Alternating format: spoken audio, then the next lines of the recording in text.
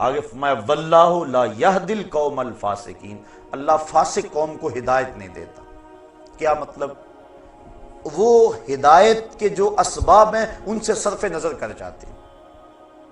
مجھے بڑی اچھی طرح یاد ہے، ہم بچے تھے بالکل، اپنے اساتذہ کے ہمراہ کہیں پیدل سفر پہ جا رہے تھے، راستے میں یہ جو بٹن ہوتے ہیں ان کی ایک پلاسٹک کی تھیلی ملی، ایک طالب علم نے شوق سے خوشی سے کہ مجھے گمگشتہ چیز ملی اٹھائی، اور استاد جی یہ دیکھو بٹن ملے ہیں۔ مان لگے بیٹا پھینک دو، مالے لکتا ہے 6 ماہ تک کہاں اس کا مالک تلاش کرتے پھرو گے۔ بٹن پھینک دیے گئے، لیکن استادوں نے ٹھنڈی آ بھری۔ ہم نے پوچھا کیا ماجرا ہوا؟ مان لگے سمجھے نہیں اس کی تعبیر کیا ہے؟ کہا ہم تو نہیں سمجھ پائے، بٹن مل گئے پھینک دیے، کسی کے گر گئے ہوں گے۔ فرمایا بیٹا نہیں، ایسا نہیں ہے، بلکہ ہمیں تنبیہ کی گئی ہے کہ اپنے گریبان میں جھانک کے دیکھو۔ یہ جو ہمیں راستے سے اچانک بٹن ملے ہیں تو اس کا مطلب یہ ہمیں تنبیہ کی گئی ہے کہ ذرا اپنے گریبان میں جھانک کے دیکھو۔ تو جب کسی کو ہدایت ملتی ہے تو ایسے معمولی واقعات سے مل جاتی ہے، اور جب ہدایت نہیں ملتی 1,00,000 انسان زمین میں دھنس گیا، ملبے اوپر آ گئے اور وہی قبریں بن گئی، پہاڑ ٹکرائے، پلازے کے پلازے زمین میں جذب ہو گئے، اور موت کا وہ جھٹکا، اس کی کھٹک ہمارے مکانوں، ہمارے محلوں اور کوٹھیوں تک بھی پہنچی۔ ایک جھٹکا اور لگ جاتا ہمارا بھی وہی حال ہونے والا تھا۔ لیکن اتنے انسانوں کی چیخیں، سسکیاں، آہیں، رونا، اور ان کا قبر میں بے گور و کفن اور جنازے کے بغیر دفن ہو جانا، یہ ہمارے ہلانے کے لیے کچھ سبب نہ بنا، اور ہم جہاں تھے وہیں رہے، پوری قوم 1 انچ بھی نہ سرک سکی اپنی جگہ سے۔ تو جب انسان اللہ، اس کے رسول اور جہاد فی سبیل اللہ سے جو ہے ان رشتوں کو ترجیح دیتا ہے، اللہ فرماتا ہے ایک تو میرا عذاب کا انتظار کرے، دوسرا ان فاسقوں کو پھر اللہ ہدایت نہیں دیا کرتا۔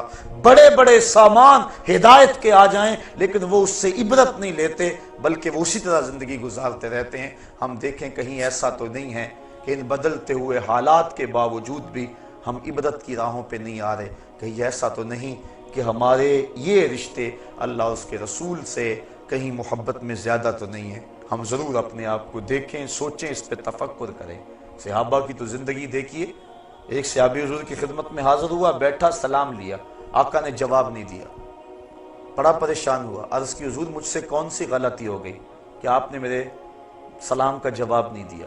حضور کا ناراض ہو جانا صحابہ پر قیامت سے کم نہیں تھا۔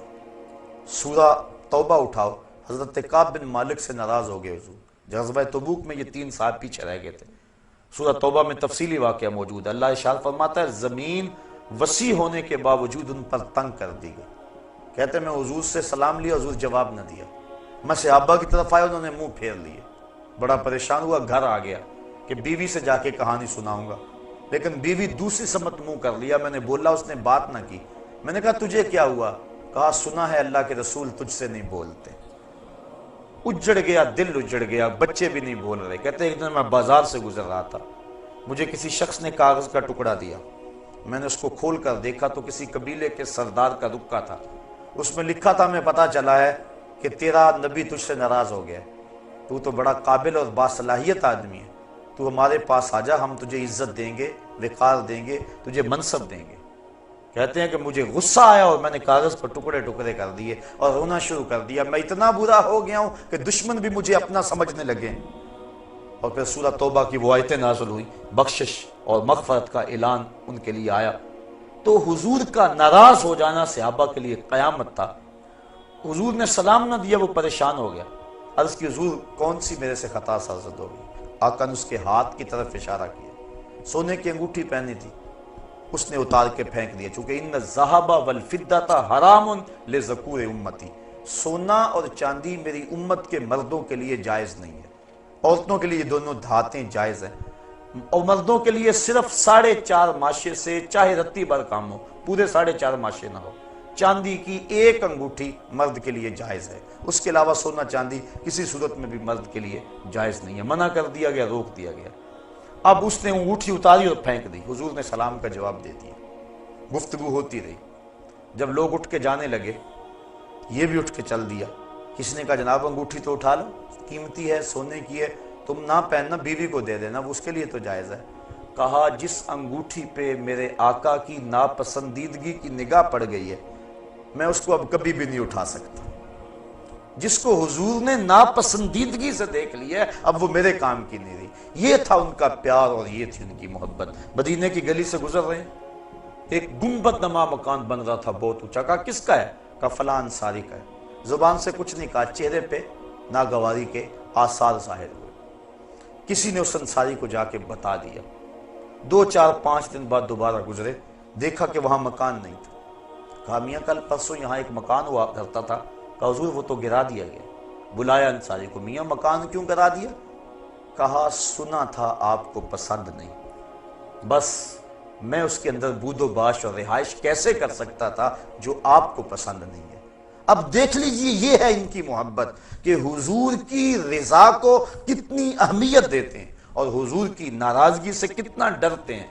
میں اور آپ اپنے آپ کو ذرا دیکھیں، ترازو کے ایک پلڑے میں رکھیں، اپنی محبتوں کو ایک پلڑے میں رکھیں، اللہ اس کے رسول کے ساتھ جو محبتیں ہیں ان کو ایک پلڑے میں رکھیں اور پھر وزن کریں۔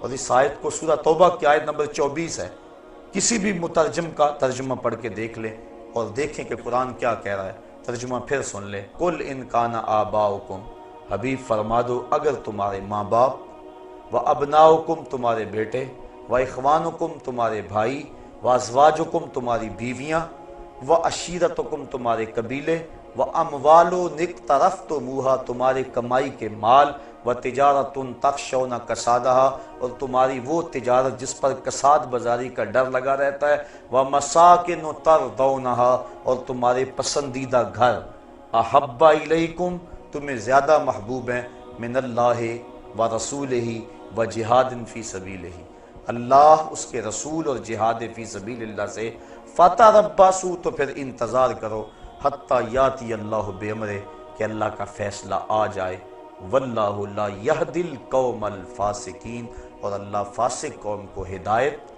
نہیں دیا کرتا۔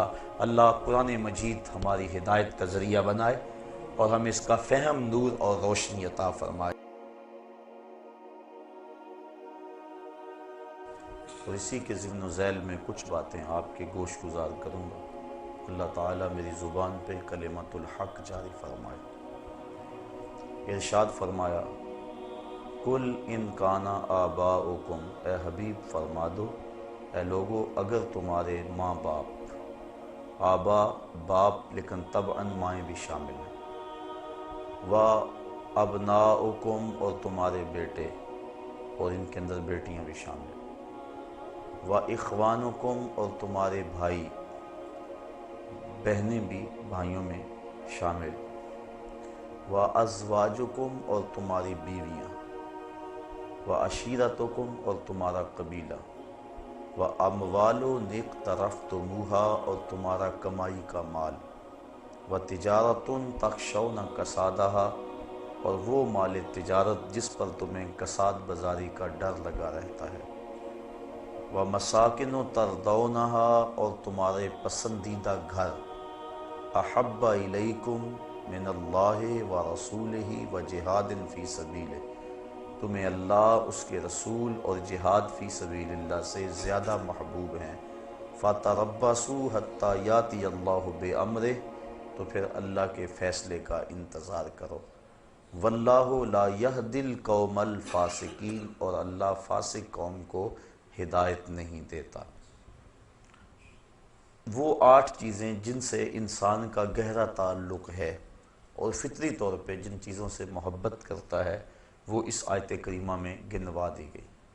تمہارے ماں باپ، تمہارے بیٹے بیٹیاں، تمہارے بہن بھائی، تمہاری بیوی، تمہارا قبیلہ، تمہارے مال، تمہاری تجارت اور تمہارے پسندیدہ بنگلے، یہ 8 چیزیں گنوا کر کہا کہ یہ تمہیں اگر اللہ جل شانہ اس کے رسول کریم صلی اللہ علیہ وسلم اور جہاد فی سبیل اللہ سے زیادہ محبوب ہیں تو پھر اللہ کے عذاب کا انتظار کرو۔